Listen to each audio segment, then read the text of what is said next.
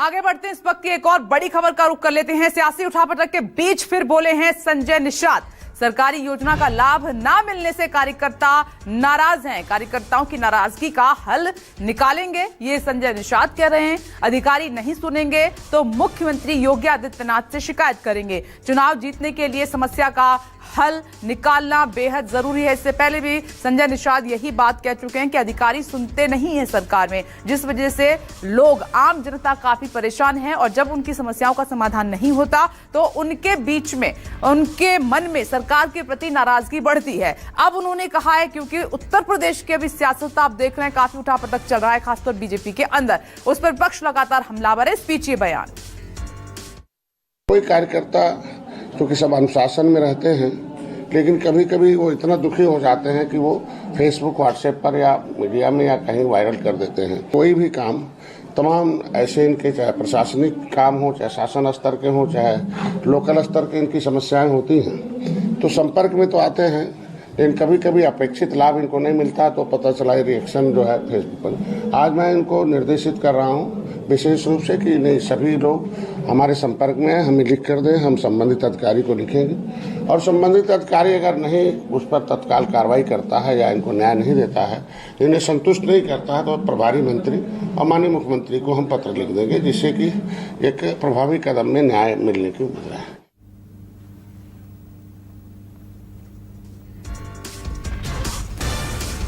तो कार्यकर्ताओं की नाराजगी का जल्द हल निकालना होगा, ये संजय निषाद कह रहे हैं कि अधिकारी नहीं सुनेंगे तो मुख्यमंत्री योगी आदित्यनाथ से शिकायत करेंगे, फिर सीएम को इसका समाधान निकालना होगा। क्योंकि इस बात को वो समझ रहे हैं कि जब अधिकारी, क्योंकि सरकार कोई योजना बनाती है तो धरातल पर उतारने की जिम्मेदारी अधिकारियों की होती है। अगर वो समस्याएं लोगों की नहीं सुनेंगे तो एक नाराजगी लगातार बढ़ेगी, जिसका नुकसान जो है चुनाव में पार्टियों को, सरकार को उठाना पड़ेगा। इस बात की गंभीरता को संजय निषाद समझ रहे हैं और लगातार अपने बयान के जरिए इस बात को उठा रहे हैं। अब देखते हैं इस बयान पर उत्तर प्रदेश की सरकार का क्या रुख रहता है, आगे इस मामले में क्या कदम उठाए जाते हैं, यह देखना होगा।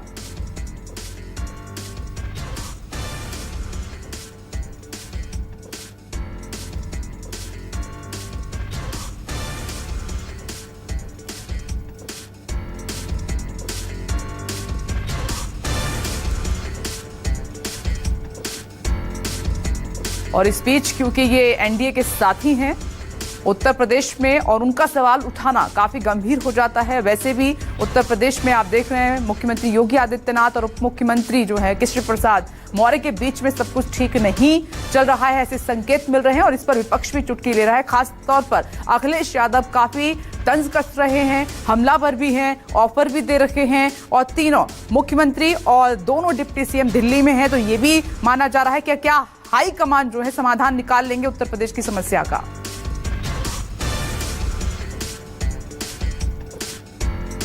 कुमार गौरव इस वक्त हमारे साथ मौजूद हैं। कुमार गौरव, उत्तर प्रदेश पर सबकी नजर है, काफी सियासी उठापटक भी चल रही है, तो जब मुख्यमंत्री और उप मुख्यमंत्री दोनों दिल्ली में उनकी मौजूदगी है, तो क्या अपडेट है, क्या लग रहा है, यहां से कोई समाधान निकलेगा बैठक के बाद?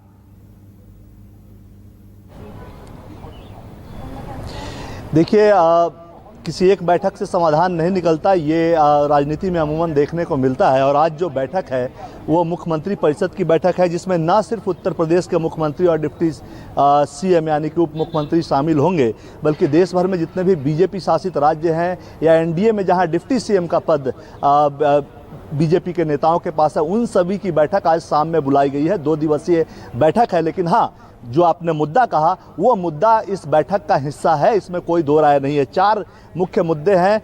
लोकसभा चुनाव में जो जीत जिस राज्यों में मिली है, वहां जीत के क्या फैक्टर्स रहे, जहां हार मिली है उसके क्या वजह रहे, उसकी समीक्षा होगी।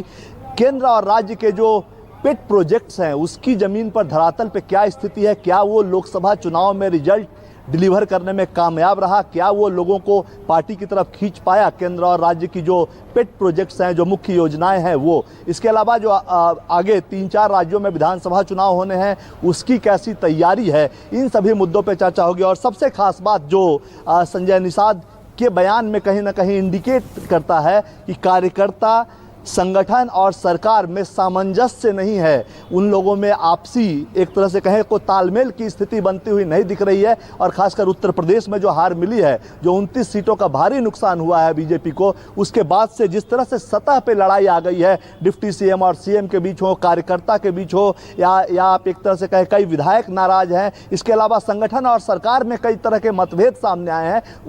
इन चीज़ों पर भी चर्चा है कि समन्वय बनाकर चलना है।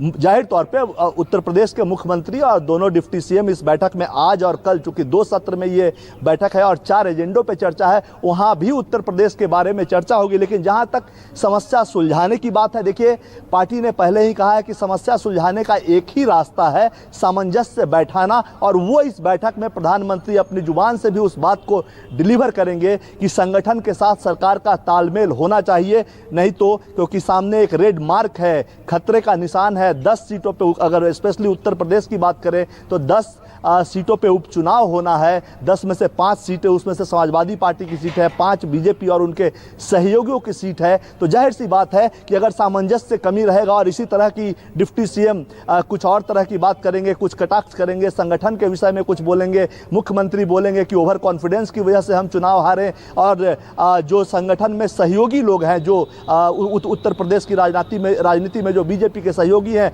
वो एक पक्ष कोई योगी के साथ खड़ा दिखेगा, कोई डिप्टी सीएम के साथ यानी केशव प्रसाद मौर्य के साथ खड़ा दिखेगा। तो जाहिर तौर पे इससे भला नहीं होने वाला है। इससे उपचुनावों में एक और झटका भाजपा को लगेगा। तो आज और कल जो बैठक है उसमें इन 4 मुद्दों पे चर्चा है। उत्तर प्रदेश मुख्य होगा, इसमें कोई दो राय नहीं है।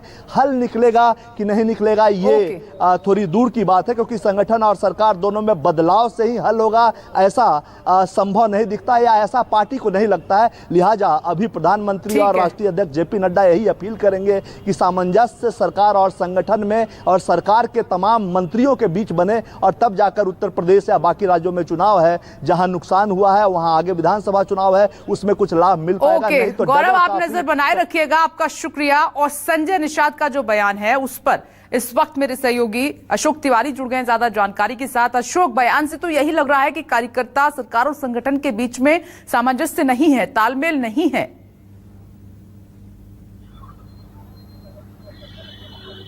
देखिए, निश्चित तौर पर संजय निषाद ये बात पहले भी उठा चुके हैं। आपको ध्यान होगा कि जब मुख्यमंत्री योगी आदित्यनाथ से मिलने से पहले उन्होंने केशव प्रसाद मौर्य से उनके घर पर जाकर मुलाकात की थी, तो उस वक्त भी उन्होंने यही कहा था कि जिस तरह की कार्रवाई सरकार के अधिकारियों की तरफ से उत्तर प्रदेश में हो रही है, उसकी वजह से लोकसभा चुनाव में नुकसान बीजेपी को और एनडीए के गठबंधन को उठाना पड़ा है।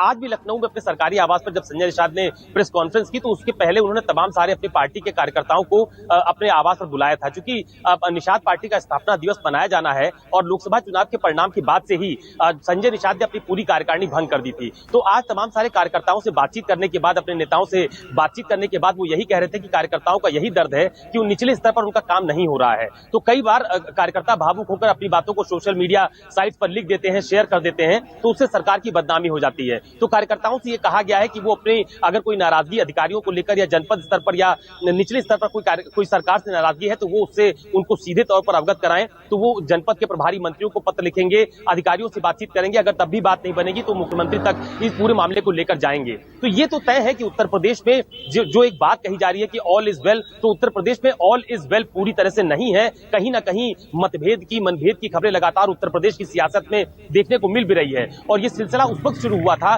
जब अनुप्रिया पटेल ने भर्तियों में आरक्षण को लेकर योगी सरकार को एक पत्र लिख दिया था और उसके बाद से ये कहा था कि आरक्षण से खिलवाड़ नहीं होने दिया जाएगा। इस तरह की शिकायतें उनको मिल रही है लगातार। उसके बाद चाहे संजय निषाद हो, उन्होंने अपनी नाराजगी जाहिर की थी। ओम प्रकाश राजभर से अभी 2-3 दिन पहले मैंने बात की थी, तो उन्होंने मेरे साथ बातचीत में ये कहा। ठीक है अशोक, आपका शुक्रिया जानकारी देने के लिए। हम फिलहाल